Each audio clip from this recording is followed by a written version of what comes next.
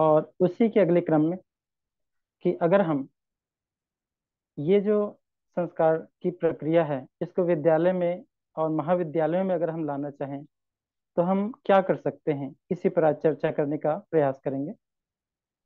भाई बहनों, हम सभी जानते हैं कि बच्चों के अंदर संस्कार देने की परंपरा प्रक्रिया जो है सर्वप्रथम परिवार है, और परिवार के पश्चात अगला क्रम कोई है तो विद्यालय ही है। क्योंकि बच्चा परिवार के बाद अगर शिक्षा और संस्कार पाने के लिए जहाँ जाता है तो विद्यालय ही है। अब विद्यालय प्राचीन काल में उसकी स्थिति अलग थी, आज के समय में परिस्थितियां सारी बदल चुकी हैं। अब बदली हुई परिस्थिति में हम क्या कर सकते हैं, ये हमको सोचना है। क्या हम केवल दोषारोपण करते रहें और ये कहते हैं कि हम कुछ नहीं कर सकते? नहीं, हम बहुत कुछ कर सकते हैं। क्या कर सकते हैं, इसी पर हम चर्चा करने का प्रयास करेंगे। विद्यालय की भूमिका वास्तव में आज भी महत्वपूर्ण है, पहले भी महत्वपूर्ण रही। अगर परिवार में बच्चा जो नहीं सीख पाता तो माता पिता अपेक्षा करते हैं कि विद्यालय में शिक्षकों के माध्यम से वो सारी चीजें सीखे, न केवल शैक्षणिक बल्कि नैतिक और हर प्रकार के गुणों से वो युक्त हो। तो इसमें शिक्षक की भूमिका बड़ी महत्वपूर्ण है। लेकिन आज के परिवेश में पाठ्यक्रम जो है उसका बोझ इतना रहता है कि हमारे शिक्षक साथ ही चाह करके भी पूरी तरह से इस दिशा में कार्य नहीं कर पाते, और जो करते हैं तो वो भी उस ढंग से नहीं कर पाते जैसा कि करना चाहिए, क्योंकि पाठ्यक्रम का दबाव अलग और समय की कमी अलग। और दूसरी चीज ये है कि वहाँ का वातावरण कितना सपोर्ट कर पाता है कितना नहीं कर पाता, ये भी बातें रहती हैं। लेकिन इस बीच हम बहुत सारे कार्य कर सकते हैं। बहुत सारे शिक्षक साथी ऐसे हैं जो इन संस्कार की प्रक्रिया को अपने अपने विद्यालयों में दे रहे हैं। अब विद्यालय में हम क्या कर सकते हैं, कैसे कर सकते हैं, इसी पर हम चर्चा करने का प्रयास करेंगे। भाई बहनों, सरकार ने शनिवार को प्राथमिक और माध्यमिक विद्यालय में बस्ता मुक्त पाठशाला की एक प्रक्रिया शुरू की है, जिसमें पाठ्यक्रम का उस दिन कोई बोझ नहीं रहता, कोई दबाव नहीं रहता। तो वहां पर हम स्वतंत्रता पूर्वक ये जो नैतिक शिक्षा संस्कारशाला की जो पाठ्यक्रम है उसको पूरा कर सकते हैं। अब हम कैसे करें?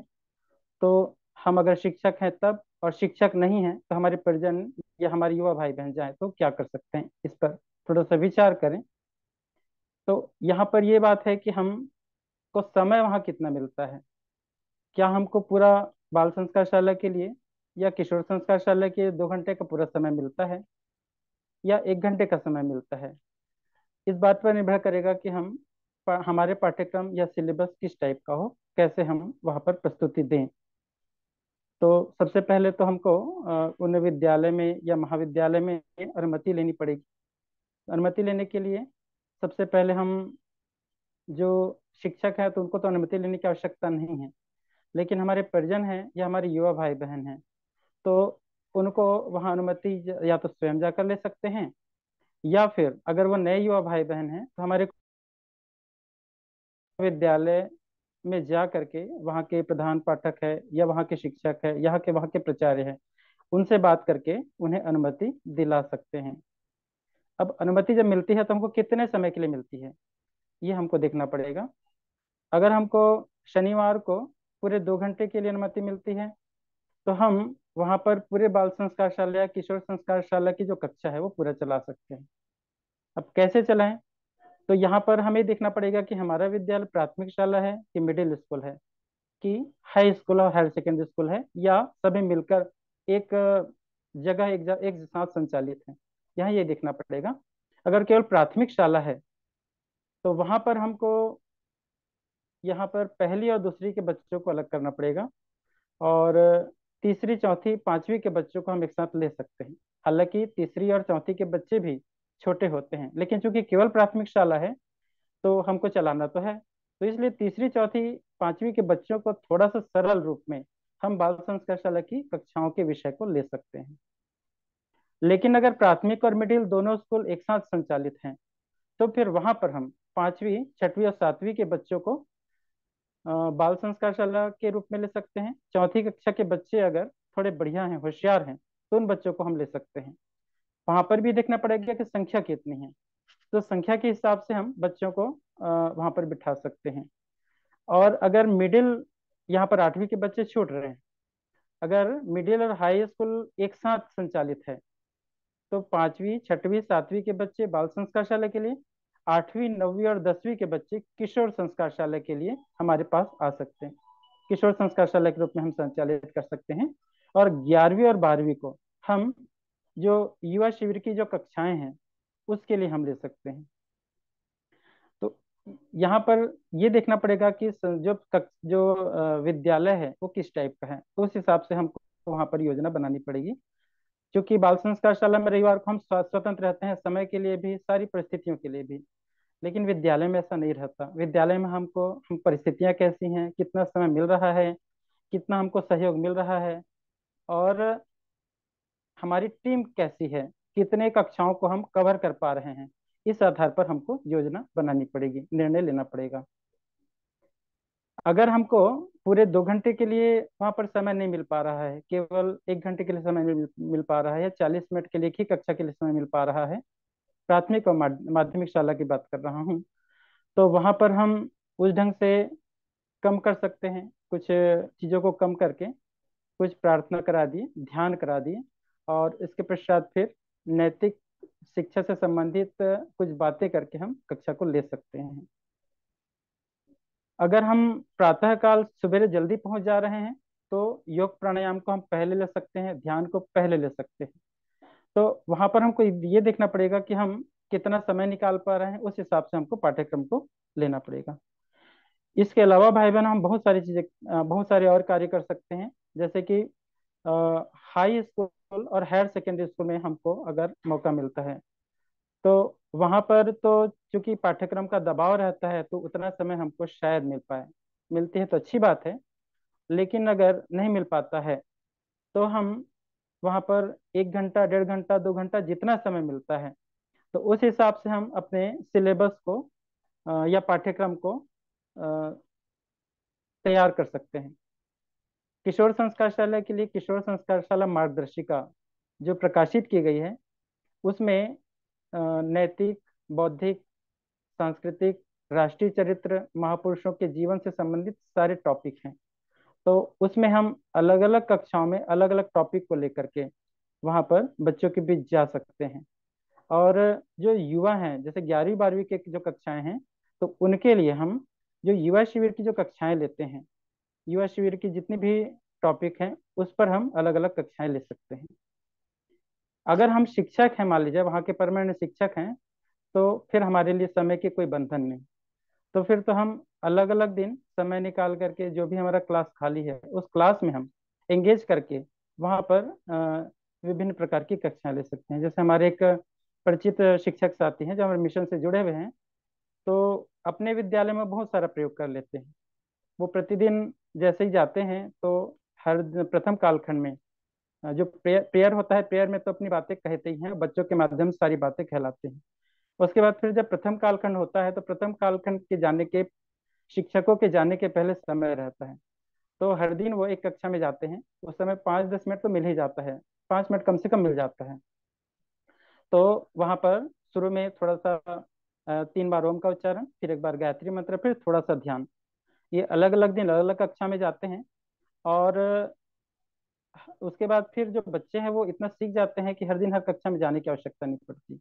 बच्चे जो है क्लास कैप्टन के माध्यम से प्रतिदिन एक ये करते हैं। और उनके यहाँ प्रोजेक्टर लगा हुआ है।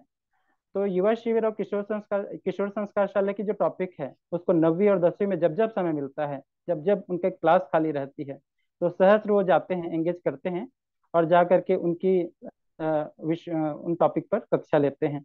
और जो 11वीं 12वीं की जो कक्षा है वहाँ पर प्रोजेक्टर लगा हुआ है, तो उसके माध्यम से युवा शिविर की कक्षाओं को समय समय पर लेते हैं। तो हम शिक्षक हैं अगर, तो हम अपने विद्यालय में बहुत सारे प्रयोग कर सकते हैं। उसके अलावा सांस्कृतिक कार्यक्रम होता है, तो उनका सांस्कृतिक कार्यक्रम अपने आप में एक प्रकार से प्रेरणादायक होता है। तो उनके उनसे उस प्रकार का हम बहुत सारे कार्य शिक्षक के रूप में हम कर सकते हैं। इसके अलावा भाई बहनों, हम हमारे पास जो समय है और जो विद्यालय की उपलब्धता है उसके आधार पर हम, अभी चूंकि विद्यालय का प्रारंभ हुआ है, तो एक शानदार प्रक्रिया शुरू हो सकती है विद्यारंभ संस्कार की, जिसमें प्राथमिक शाला में जो पहले बच्चे आए हुए हैं, तो उनका विद्यारंभ संस्कार कराया जा सकता है, सामूहिक विद्यारंभ संस्कार कराया जा सकता है अगर पहले नहीं हुआ है तो, या पहले हो भी गया है तो भी विद्यारंभ संस्कार को पुनः कराया जा सकता है। बच्चों को उतना ज्ञान तो रहता नहीं है, इसलिए विद्यारंभ संस्कार तो एक माध्यम है जिसके माध्यम से बच्चों को बहुत सारी प्रेरणा दे सकते हैं। इसके अलावा जन्म दिवस संस्कार, अगर हमारी बाल संस्कारशाला पूरी चलती है तो जन्म दिवस संस्कार तो हर सप्ताह विधिवत चलेगी। लेकिन अगर समय कम मिलता है तो सभी विद्यालयों में हम जन्म दिवस संस्कार, चाहे साप्ताहिक हो चाहे मासिक हो, एक साथ जाकर के हम ये जन्म दिवस संस्कार मना सकते हैं। और इसमें हम जितने बच्चों का उस सप्ताह में जन्मदिन आया है, या 15 दिन में अगर जाते हैं तो 15 दिन में जितने बच्चों का जन्मदिन हुआ है उन सारे बच्चों को एक साथ बिठा करके एक पूरे विधि विधान से हम जन्म दिवस मना सकते हैं। और इसमें सभी शिक्षकों का हम सहयोग ले सकते हैं, उनकी सहभागिता भी मिलती है। और इसके अलावा अगर हम शनिवार को पहुंच सकते हैं हाई हायर स्कूल में, अगर वहां पर योगाभ्यास कराने वाले शिक्षक की कमी है, अगर अगर हमको मौका मिलता है तो वहां पर सभी बच्चों के बीच में सामूहिक योगाभ्यास, प्राणायाम और ध्यान कराया जा सकता है, और उसके उसके माध्यम से भी बहुत सारी बातें कही जा सकती हैं।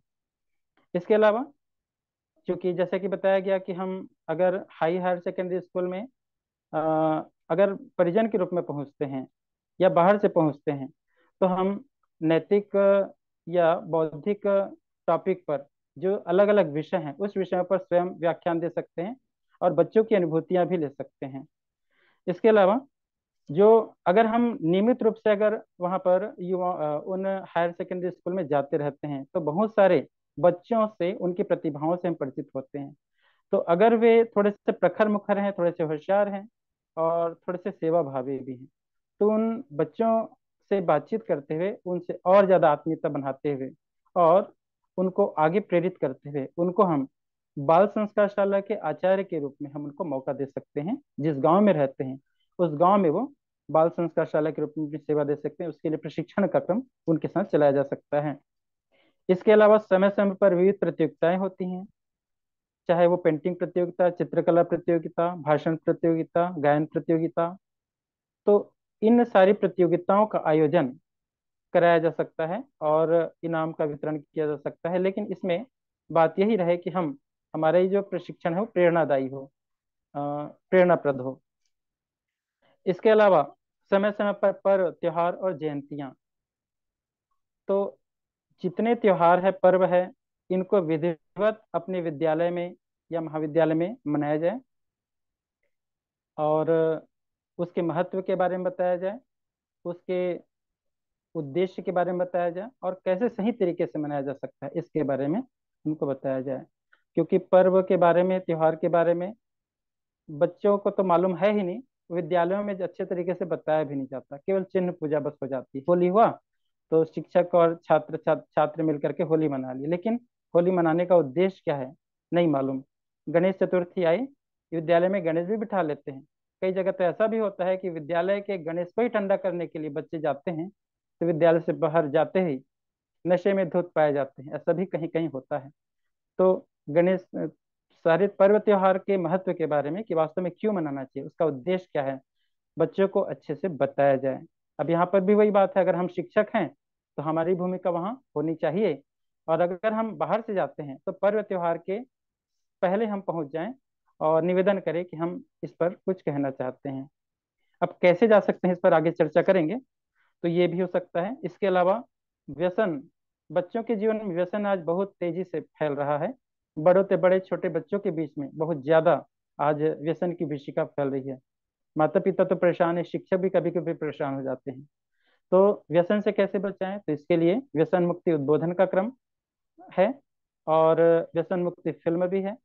तो उद्बोधन का क्रम और अगर संभव है प्रोजेक्टर अगर सुविधा है तो व्यसन मुक्ति फिल्म दिखा करके अंत में सभी बच्चों को अंत में गंभीरता पूर्वक व्यसन की विभीषिका से बता करके कि कैसे उनका भविष्य चौपट हो सकता है, व्यसन मुक्त रहने का संकल्प दिलाया जा सकता है। और ये निश्चित तौर पर कहा जाता है, कहते भी हम सभी, कि जिनके जीवन में नशा प्रवेश कर चुका है तो उनको नशे से मुक्त करना कठिन काम है, लेकिन जिनके जीवन में नशा अभी प्रवेश नहीं किया है तो उनको नशे से दूर रखना बहुत ही सरल, बहुत ही आसान है। तो अगर हम बच्चों को उससे मुक्त रहने का संकल्प दिला देते हैं, और बच्चे एक बार समझ गए कि नशा करना गलत है, खासकर छोटे बच्चे, तो फिर जीवन में कभी नशा नहीं करने वाले। तो ये क्रम हो सकता है। इसके अलावा छात्रों को विभिन्न आंदोलन, जो हमारे सप्त क्रांति आंदोलन है, शिक्षा, पर्यावरण और व्यसन मुक्ति, जितने भी हमारे सप्त क्रांति आंदोलन है, उससे संबंधित और अन्य जो वो कर सकते हैं, उसके अंतर्गत वो क्या कर सकते हैं, उससे संबंधित अगर हम पॉम्पलेट बना लेते हैं और उनको बच्चों को वितरण करते हैं, तो बच्चों को उसके महत्व के बारे में तो पता चलेगा ही, साथ ही साथ ये भी समझ जाएंगे उनकी क्या भूमिका है, वो उसमें कैसे अपना योगदान दे सकते हैं। तो ऐसा पॉम्पलेट भी बच्चों को वितरण कराया जा सकता है। इसके लिए मेहनत की जा सकती है कि हम कैसे बच्चों के अनुरूप वो पॉम्पलेट बना सकें और उनको दे सकें, और कैसे उन आंदोलनों में ज्यादा नहीं, थोड़ा थोड़ा करके ही उनका सहयोग ले सकें। और इसके साथ ही साथ, चूंकि अगर हम विद्यालय में कभी कभी जाते हैं, तो किशोर संस्कारशाला के रूप में क्या वो बच्चे जुड़ सकते हैं। अगर हमारे यहाँ ऑनलाइन किशोर संस्कारशाला चलती थी, अब अभी बंद है, लेकिन फिर से प्रारंभ होगी, तो क्या हम उसमें उनको जोड़ सकते हैं, या परमानेंट अगर कहीं किशोर संस्कारशाला रविवार को चलती है, तो क्या हम उसमें जोड़ सकते हैं, या अगर वो बाल संस्कारशाला के लायक बच्चे हैं तो कहीं बाल संस्कारशाला रविवार को चलती है, क्या उसमें हम उनको जोड़ सकते हैं, या ऑनलाइन जो चलेगी उसमें जोड़ सकते हैं। तो इस पर भी विचार किया जा सकता है, इस पर भी हम उनको प्रेरित कर सकते हैं। साथ ही साथ जो हाई और हायर सेकेंडरी विद्यालय है, वहां पर हम उन बच्चों, चयनित बच्चों को लेकर के हम एक दिन का युवा शिविर लगा सकते हैं। क्योंकि हम जा रहे हैं तो बच्चे हमसे परिचित रहते हैं, शिक्षक भी परिचित रहते हैं, तो उनसे निवेदन करके कि हमने जो एक एक दिन जो थोड़ा थोड़ा बताया वो तो मात्र ट्रेलर था, लेकिन हम उनको अगर अच्छे से बताना चाहें, एक दिन का समय हमको चाहिए। तो युवाओं को लेकर के युवा शिविर, और अगर छात्राएं हैं, उनकी संख्या ज्यादा है, तो उनके लिए कन्या कौशल शिविर एक दिन का लगाया जा सकता है। और हमको ये पता चल जाता है कि कौन बच्चे ज्यादा रुचि ले रहे हैं, कौन ज्यादा थोड़े से प्रखर मुखर हैं, उनकी एक अलग लिस्टिंग हो। ये प्रक्रिया जरूर होनी चाहिए, क्योंकि जो बच्चे थोड़े से अलग निखर रहे हैं, अलग सीख रहे हैं, अलग सांचे में ढल रहे हैं, तो हमारे लिए, हालांकि सभी बच्चे हमारे लिए काम के हैं, सभी बच्चों के अंदर प्रभाव पड़ रहा है, एक बीज तो डल रहा है, जो भले ही आज पता न चले, लेकिन वो बीज आगे पुष्पित पल्लवित होगा और उनके जीवन में कभी न कभी परिवर्तन का माध्यम बनेगा। लेकिन चूंकि जो बच्चे प्रखर मुखर हैं, उनका हम और दूसरे कार्य में नियोजन कर सकते हैं, इसलिए चाहे हमारे रविवार को बाल संस्कारशाला चलती हो, किशोर संस्कारशाला चलती हो, चाहे विद्यालय महाविद्यालय में जाते हो, उन बच्चों को हम पर हम ध्यान रखें और उनको हम लिस्टिंग करते चलें, और उनको हम विशेष तौर पर आगे के लिए हम उनके लिए प्लानिंग करते चलें, ऐसा जरूर होना चाहिए। इसके अलावा हम विद्यालय महाविद्यालय में सप्त क्रांति आंदोलन की प्रदर्शनी लगा सकते हैं। हमारे पास अगर फ्लैक्स है, तो उस फ्लैक्स का एक कभी एक समय लेकर के बढ़िया से एक बड़े से हॉल में ऐसा प्रदर्शनी लगा लें, और ग्रुप में बच्चों को एक एक करके सारी प्रदर्शनी के बारे में, महत्व के बारे में, जो फ्लैक्स है उसके बारे में बताएं। तो निश्चित तौर पर उनको ये पता चलेगा कि हमारा मिशन कितने सारे आंदोलन को लेकर कार्य कर रहा है, और उन आंदोलनों में वो क्या कर सकते हैं। इसके अलावा जो भारतीय संस्कृति ज्ञान परीक्षा में जो बच्चे बैठते हैं, अक्सर बैठते तो हैं और प्रमाण पत्र मिल गया, बस इतने तक ही वो सीमित रहता है, उसके आगे की प्रक्रिया नहीं हो पाती। तो उनके लिए प्रक्रिया यही थी कि संस्कृति मंडल का गठन हो, उनके माध्यम से बहुत सारे कार्य हो। तो संस्कृति मंडल, और उसी को हम स्वाध्याय मंडल भी कह सकते हैं, तो उसका गठन कराया जा सकता है। और उसके बाद चूंकि वो जो संस्कृति ज्ञान परीक्षा की जो पुस्तक है उसको तो पढ़ते ही हैं, इसके अलावा हमारे मिशन के गुरु जी के जितने छात्रों से संबंधित साहित्य है, चाहे वो सफल जीवन की दिशाधारा हो, चाहे समय का सदुपयोग हो, चाहे शक्ति संचय के पद पर हो, चाहे अच्छे अंक कैसे प्राप्त करें हो, चाहे बुद्धि बढ़ाने के वैज्ञानिक उपाय, तो उनसे संबंधित बहुत सारी किताबें हैं। तो उन किताबों को अगर संभव हो तो वहाँ की पुस्तकालय में रखा जाए, और उन बच्चों को ग्रुप बना करके जो थोड़े से थोड़ा सा हम इंटरेस्ट ले रहे हैं, तो उन बच्चों का ग्रुप बना करके उनके बीच में साहित्य को दिया जाए, और शनिवार को या खेल पीरियड है उसमें उन बच्चों को इकट्ठा कर लिया जाए। ऐसा कई विद्यालय में प्रयोग किया जा रहा है। तो उसमें उन बच्चों को एक रूम में इकट्ठा कर लिया जाए, और एक बच्चा पढ़कर आए और सुनाए, और बाकी बच्चे उस पर हो सके तो अपना विचार दें। तो ऐसा एक शानदार काम किया जा सकता है। साथ ही साथ में विविध अवसर पर इनाम के रूप में युग साहित्य जो बच्चों से संबंधित हो, विद्यार्थियों से संबंधित हो उन्हें दिया जाए। और अगर वहां पर कोई दिक्कत न हो, कोई अड़चने न आती हो, तो मंत्र लेखन पुस्तिका विभिन्न अवसर पर, जैसे नवरात्रि है या और आध्यात्मिक जो पर्व है उस पर उनको, या जन्मदिन पर उनको मंत्र लेखन दिया जा सकता है और उस मंत्र लेखन की विधा से जोड़ा जा सकता है। इसके अलावा जो जन्मदिन मनाया जाता है, तो उस जन्मदिन में हम एक एक पौधा जरूर दें। अभी बरसात का समय है, तो बच्चों को पौधा दे करके उन्हें वृक्षारोपण करने के बारे में बताएं। अब इस क्रम में हम बहुत सारे व्यवहारिक कार्य भी गांव में कर सकते हैं। क्या कर सकते हैं? अगर वे बच्चे हमारे निरंतर संपर्क में हैं, तो विद्यालय के बाद गांव में भी हम उनका सहयोग ले सकते हैं। अगर हम शिक्षक हैं हायर सेकेंडरी के, तो हायर सेकेंडरी में 3 या 4 गांव के बच्चे आते हैं। जैसे मैं उस परिचित शिक्षक के बारे में बता रहा था, तो वो शिक्षक के विद्यालय में 4 गांव से बच्चे आते हैं। तो चारों गांव में उनका निरंतर जाना रहता है, और उन बच्चों के साथ जब वो जाते हैं तो बच्चे चूंकि जुड़े हुए हैं, उनकी बातों को सुनते हैं, तो हर कार्य में उनका सहयोग करते हैं। तो उन गांव में जाकर के हम क्या कर सकते हैं? तो उन गांव में जाकर के हम व्यसन मुक्ति रैली ये निकाल सकते हैं। उन बच्चों के साथ, छोटे छोटे बच्चे अगर बाल संस्कार शाला के हैं, तो उनका भी सहयोग मिलेगा। साथ ही साथ में वृक्षारोपण में 4-5 बच्चों का ग्रुप बना करके एक एक पौधा का जिम्मेदारी उनको दिया जा सकता है। ये काम किया जा सकता है। उनके माध्यम से नर्सरी, हर बच्चे को हम ये कह दे कि बेटा आपको एक पौधा लेना है, उस पौधे को बड़ी सी पॉलीथीन में रखना है, उसमें मिट्टी रेती खाद डालना है, और आपको 7 से 8 फीट ऊंचा अपने घर में ही करना है। और जब बड़ा हो जाए, तब फिर आपको लगती बरसात में उसको लगाना है। तो सारी प्रक्रिया समझाया जाए, तो न केवल बरसात में, बल्कि जब भी उनका जन्मदिन आता है, तो उस समय कम से कम घर में एक पौधा लगा करके उनको बड़ा कर सकते हैं। नर्सरी भी लगा सकते हैं अगर सुविधा हो तो। स्वच्छता अभियान, उन बच्चों को लेकर के स्वच्छता अभियान चला सकता है। हर सप्ताह न करें, क्योंकि 15 दिन में कर सकते हैं, और ये काम किया जा सकता है। जिन बच्चों की राइटिंग अच्छी है, कुछ बच्चों की राइटिंग अच्छी रहती है, लिखना उनको अच्छा लगता है, तो उन बच्चों को दीवार लेखन का, सुविचार लेखन का काम भी दिया जा सकता है। और साथ में जो बड़े बच्चे हैं, उनके उनके माध्यम से बाल संस्कार चलाया जा सकता है।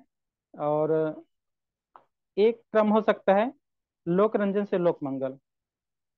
सांस्कृतिक कार्यक्रम की जो प्रक्रिया है इतनी बिगड़ चुकी है, वो तो विद्या गांव की तो बात छोड़ दीजिए, विद्यालय जो विद्या के स्थान है, वहां पर भी सांस्कृतिक कार्यक्रम के नाम पर पूरी तरह से बेहुदे कार्यक्रम प्रस्तुत होते हैं। कई जगह, हर जगह नहीं लेकिन बहुत सारे विद्यालय में, और प्राथमिक विद्या में भी ये सारी चीजें हैं।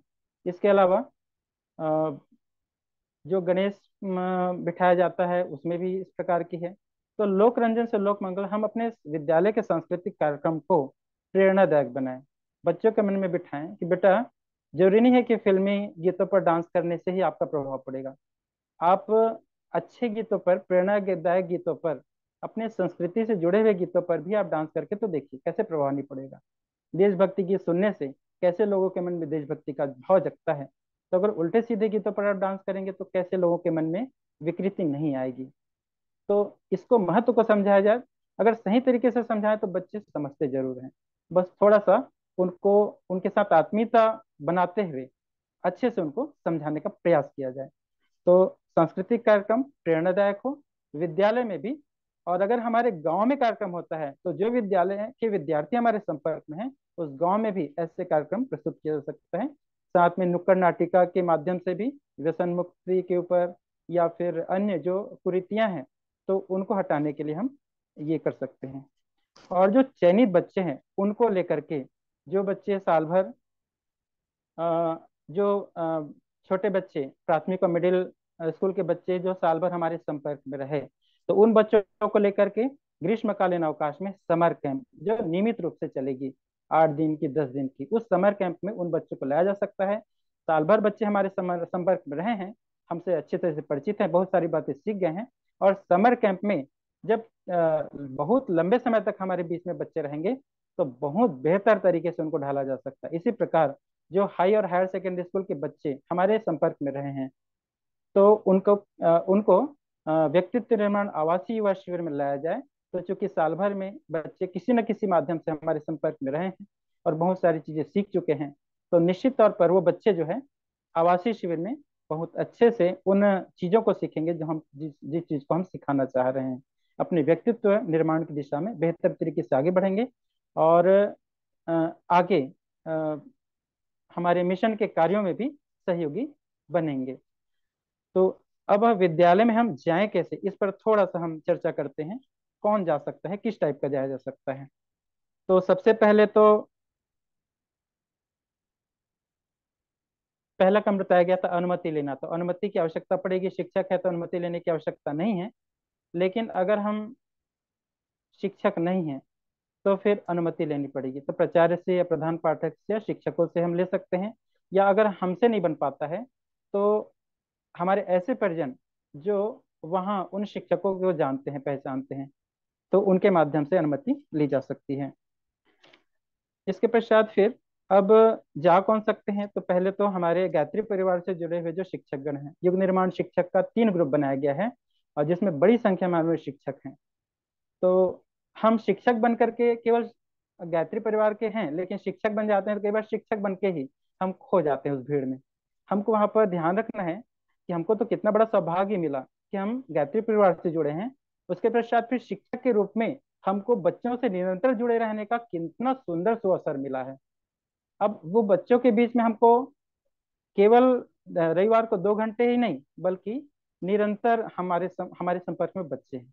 तो क्या क्या नहीं कर सकते, थोड़ा सा अगर हम इस ढंग से सोचेंगे, बच्चों के अंदर संस्कार लाने के रूप में, उनके व्यक्तित्व को गढ़ने के रूप में हम क्या कर सकते हैं।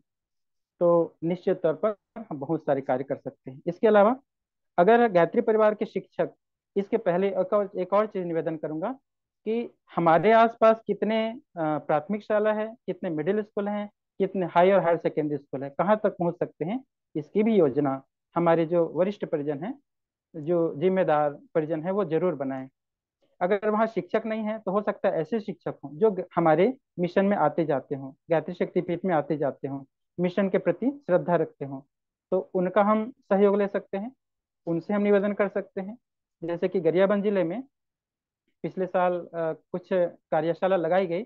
अभी छुरा में चूंकि 2 दिन का छुट्टी था, तो तो शिक्षक जो है छुट्टी में चले गए थे, लेकिन कुछ शिक्षक आए थे जिन्होंने प्रशिक्षण लिया।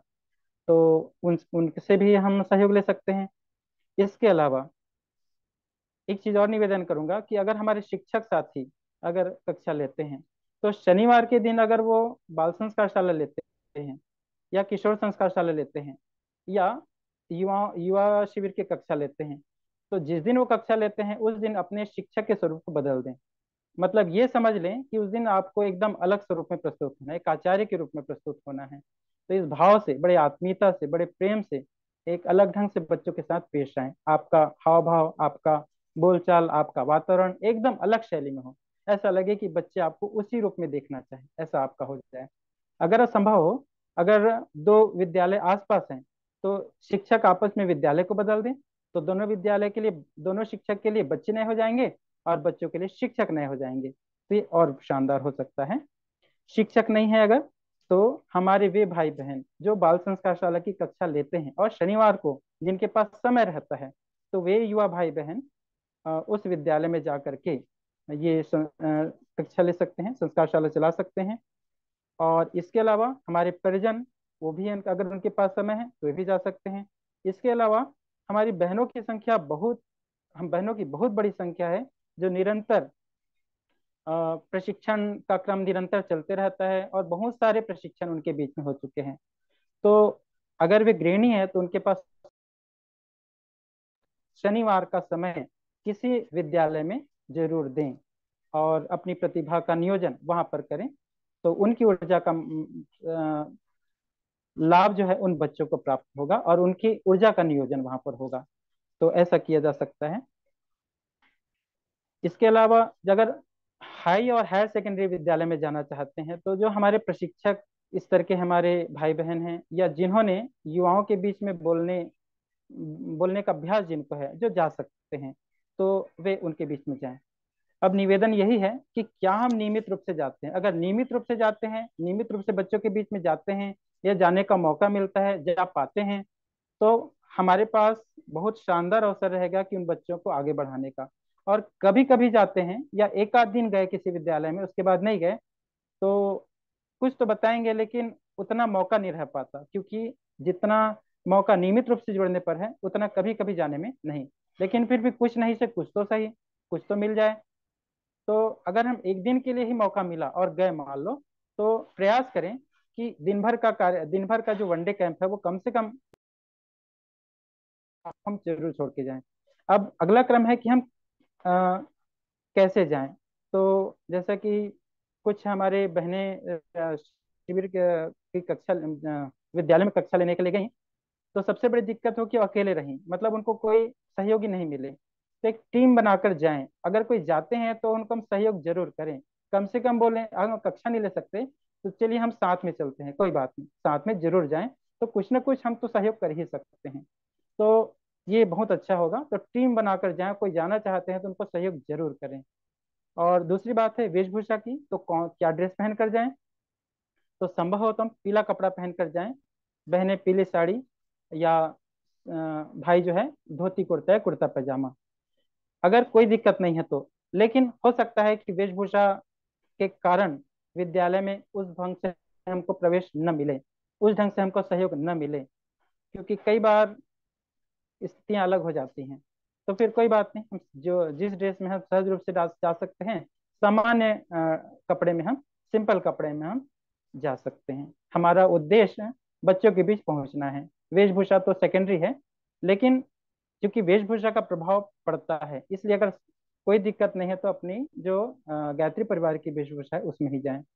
हो सके अगर सिंपल दूसरे कपड़े में जाते हैं तो हम दुपट्टा भी रख सकते हैं।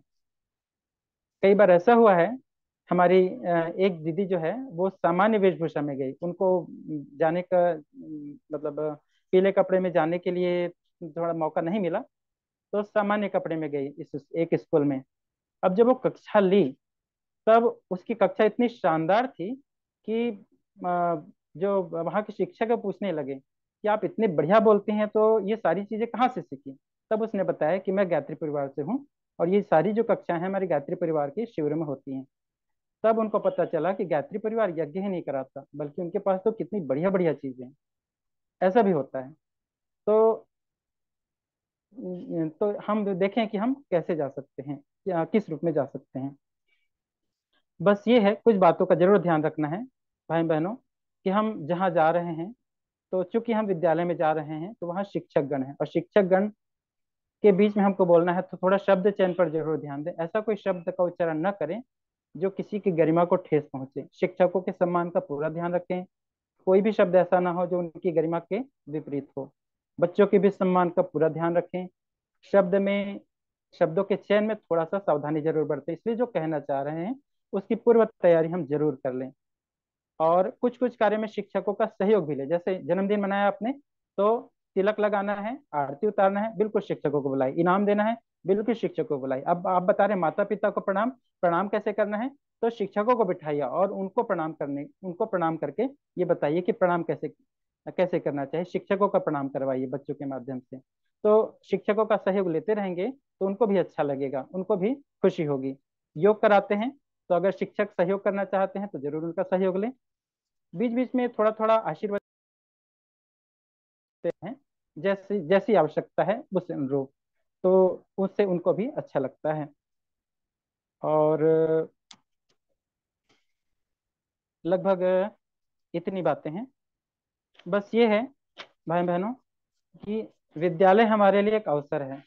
अब उस अवसर का लाभ हम कितना उठा पाते हैं और उसमें हमारी क्या भूमिका हो सकती है, इस पर विचार करना है। क्योंकि बाल संस्कार शाला में हम स्वतंत्र हैं, पूरी तरह स्वतंत्र हैं।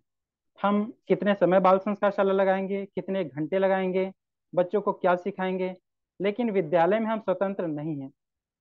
वहाँ कितना समय मिलेगा,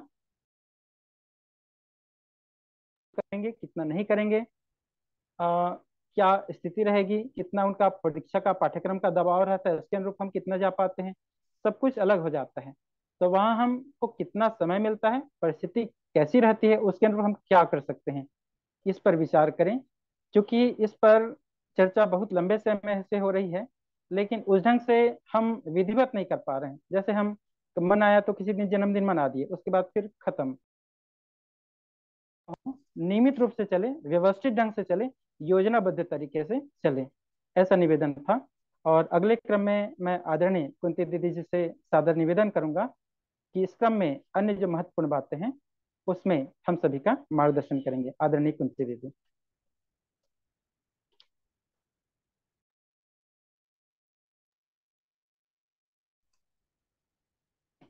धन्यवाद भैया।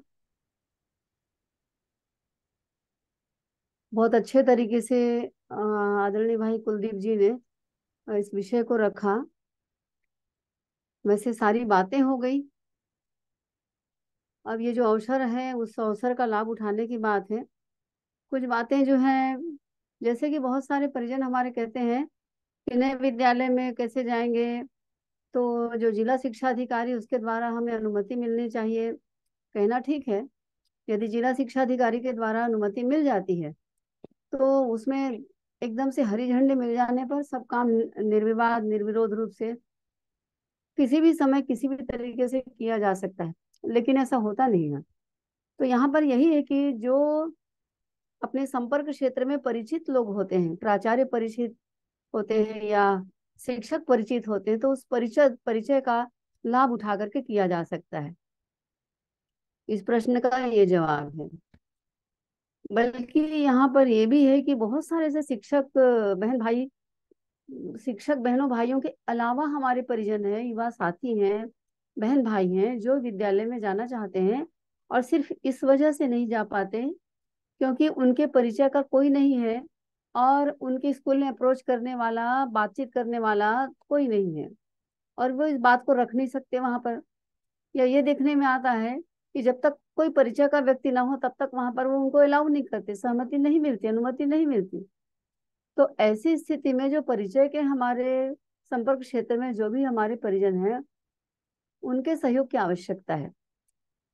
उनके संपर्क क्षेत्र में जितने भी परिचय के विद्यालय हैं, खासकर भारतीय संस्कृति ज्ञान परीक्षा के सिलसिले में जिन लोगों के द्वारा विद्यालय को अप्रोच किया जाता है, वे लोग बहुत आसानी से उन विद्यालयों में इसके लिए अनुमति सहमति दिलवा सकते हैं और वहां पर फिर हमारे उन परिजनों को वहां पर उसके लिए निश्चित सुनिश्चित किया जा सकता है सेवा देने के लिए, इस काम के लिए। दूसरी बात एक निकल के आती है, जैसे कि एक दिवसीय युवा शिविर की बात कही गई, तो एक दिवसीय युवा शिविर, कन्या शिविर भी उसमें आता है कि कन्या शिविर भी लगाया जाएगा, युवा शिविर भी लगाया जाएगा। कन्या शिविर युवा शिविर जब लगाएं जिसमें 11वीं 12वीं के बच्चे खास कर रहेंगे, तो ऐसा लगता है कि उनको केवल जा करके छोड़ नहीं देना चाहिए, बल्कि चूंकि हमें युवाओं की, देश को युवाओं की, सुलझे हुए युवाओं की आवश्यकता है और इन युवाओं को निरंतर संपर्क में रख करके उन्हें शिक्षण प्रशिक्षण करते रहने की जरूरत है।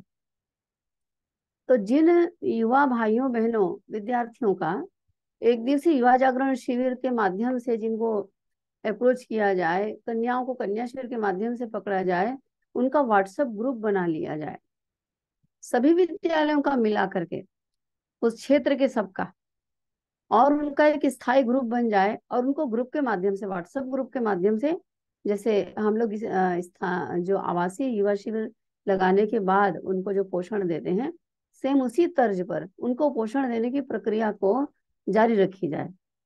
इससे होगा ये कि उनको रचनात्मक कार्यों से जोड़े रख सकते हैं।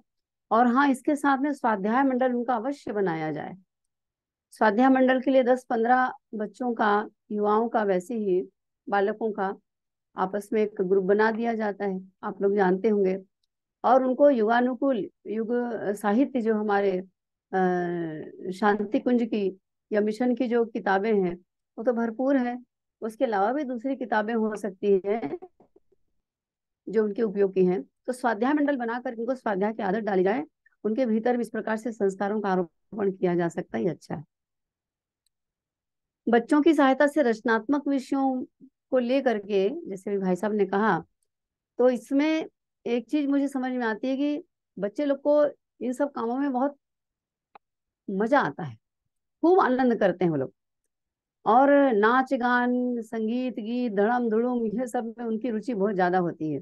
तो क्यों ना इस प्रकार के बच्चों की छटाई करके, उनकी सहायता ले करके रचनात्मक विषयों में प्रहसन, नुक्कड़ नाटक, ये सब करवाया जाए। उन्हीं से स्क्रिप्ट कोई हमारा कोई दूसरा जो आचार्य है या जो कवि होते हैं लेखन में जिनको रुचि होती है, वो लोग स्क्रिप्ट तैयार करें, और स्क्रिप्ट तैयार करके फिर उसको प्रहसन और नुक्कड़ नाटक इत्यादि के को उनसे फिर प्ले करवाएं, उसकी वीडियो बनवाएं। और देखिए आजकल टिकटॉक वीडियो और ये सब दुनिया भर के जो वीडियो आते हैं, उससे कुछ सकारात्मक और कुछ नकारात्मक सही प्रकार की चीजों को फैलाई जाती है। तो यदि हम इनके प्रहसन और नुक्कड़ नाटक जैसी चीजों का यदि वीडियो बनाते हैं, बनवा लेते हैं, तो क्या है, बच्चों को इसमें मजा भी आएगा और बैठे ठाले हमको कलाकार मिल जाएंगे, और उसका उपयोग हम जागरूकता फैलाने के लिए कर सकते हैं। तो जितने भी हमारी रचनात्मक गतिविधियां हैं या शतसूत्री आंदोलन है, छोटे बड़े सभी प्रकार के, उन विषयों को लेकर के ये प्रहसन नुक्कड़ नाटक की तैयारी की जा सकती है, वीडियो बनाए जा सकते हैं। इस माध्यम से समाज में बहुत जागरूकता लाई जा सकती है।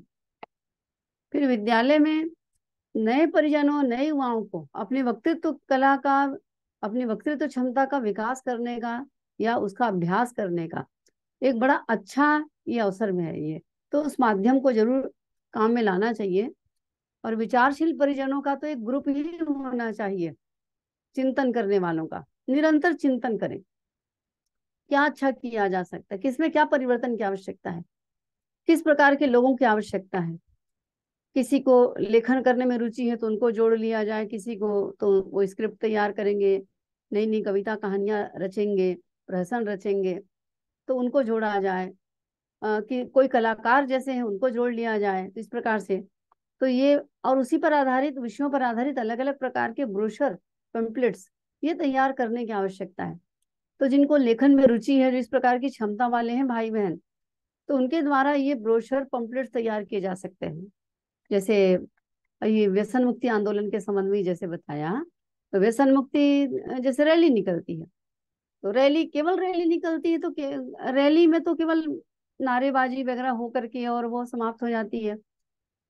ये भी आवश्यक है प्रचार के लिए, ठीक है, लेकिन उसी प्रचार में यदि संबंधित विषय के ब्रोशर बना लिए जाए जिस पर जागरूकता फैलानी है, वो व्यसन से संबंधित हो सकता है, वो स्वास्थ्य संरक्षण संवर्धन से संबंधित हो सकता है, वो अश्लीलता निवारण से संबंधित हो सकता है, वो बच्चों की पढ़ाई लिखाई से संबंधित हो सकता है, परीक्षा में अच्छे अंक प्राप्त कैसे करें, वो गायत्री मंत्र से संबंधित, जो हमारा मंत्र विज्ञान है उससे संबंधित हो सकता है। हमें जिस विषय पर भी जागरूकता फैलानी है उसके संबंध में ब्रोशर बनाना या छोटे पॉम्पलेट्स तैयार करना, जिसमें आगे पीछे करके 2 पेज बस पॉइंट वार लिखा है, सिलेक्टेड उसमें सेंटेंस है, तो ऐसे लिख करके भी उसको वहां पर वितरित किया जा सकता है। अब ये वितरण करना तो आसान है, बनाएगा कौन? तो ये बनाने के लिए, लिखने के लिए भी हमारे शिक्षक बंधु जो इतने प्रतिभाशाली होते हैं, ज्ञानवान होते हैं, और उनके पास इतनी क्षमताएं, तो वो अपनी क्षमता की, अपनी प्रतिभा का उपयोग इस काम में अगर लगाएं तो कितना अच्छा होगा। तो मैं तो समझती हूँ शिक्षकों का एक ग्रुप हमारे पास होना चाहिए। मैं व्हाट्सएप ग्रुप की बात नहीं कर रही हूँ, व्हाट्सएप ग्रुप तो बहुत सारे हो सकते हैं और अभी भी बने हुए हैं, लेकिन ऐसे चिंतनशील और इस काम में रुचि रखने वाले चुनिंदा भी होंगे, 4 6 8 10 12 15 की संख्या में भी होंगे, तो ये बहुत बड़ी पूंजी होगी हमारे लिए। तो ये हो जाए तो बहुत आनंद आ जाए और बहुत तरीके से काम चलना शुरू हो जाएगा। गायत्री परिवार से बाहर के भी शिक्षकों का रुझान यदि हम विद्यालय में देखते हैं इस प्रकार से कि वो सृजनात्मक कार्यों की और उनकी रुचि है, तो इनको चिन्हित किया जाए, इनका एक ग्रुप बनाया जाए।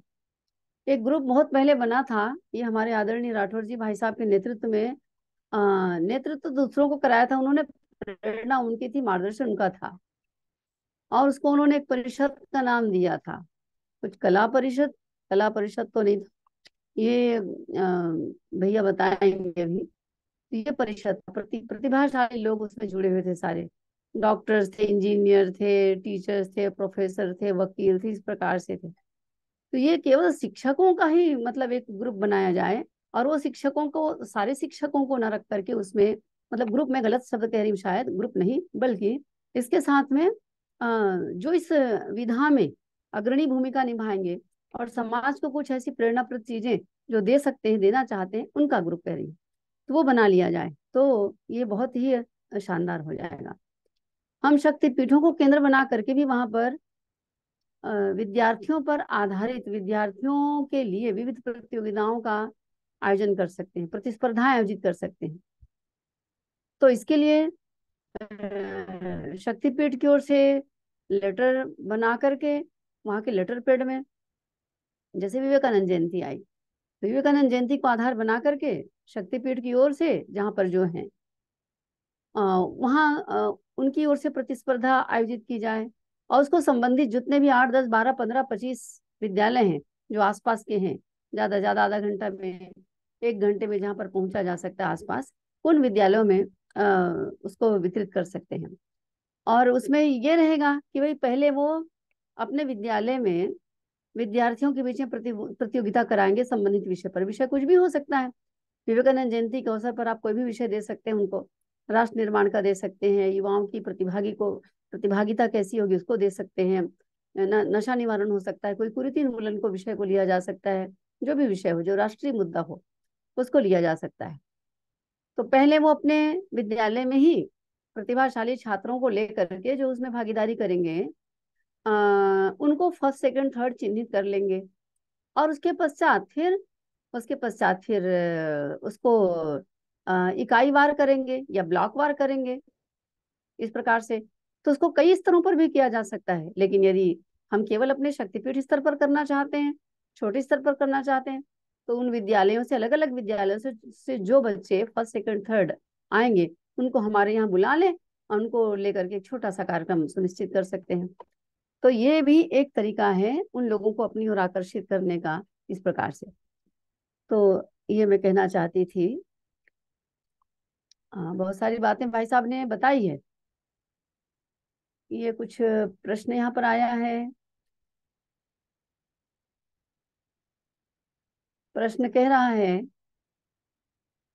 स्कूल में शिक्षक मुस्लिम या ईसाई हो तो रुकावट डालते हैं। जहां हम जाते हैं वहां ऐसी परिस्थिति है, हम पीले कपड़े में नहीं जाते। यहाँ तो बताया ना दीदी, अभी भाई साहब ने बताया कि पीले कपड़े में जाना आपको जरूरी नहीं है।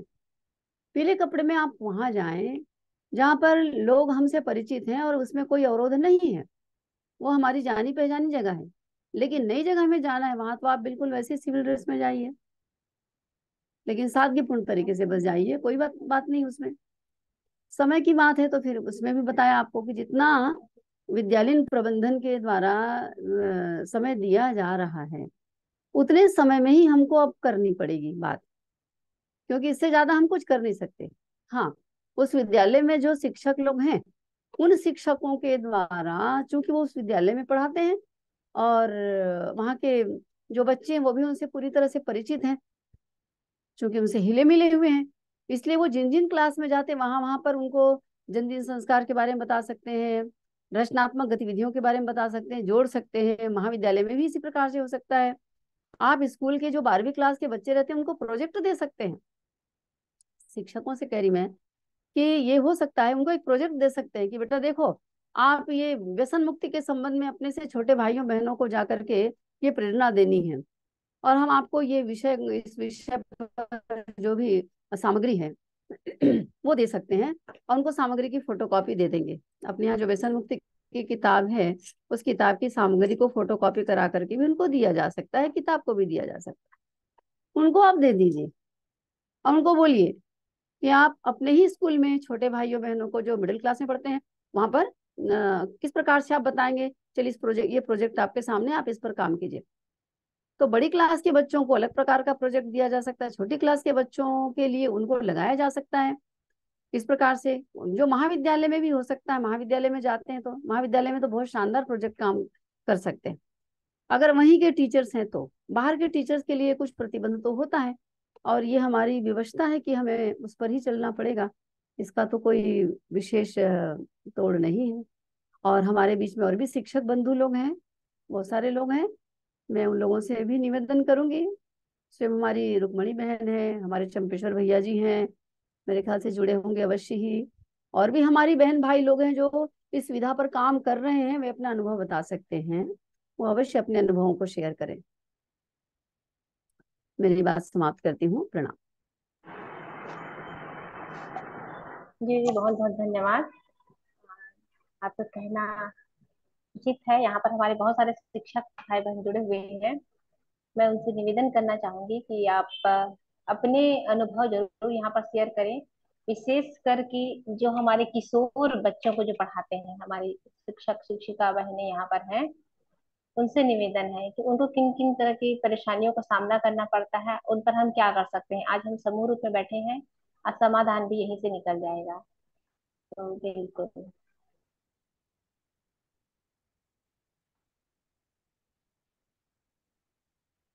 आप अपनी बातों को टाइप करके भी भेज सकते हैं। अगर आप हाथ उठाकर भी बोल सकते हैं या टाइप करके भी बता सकते हैं। मैंने स्कूल में बता तो दिया।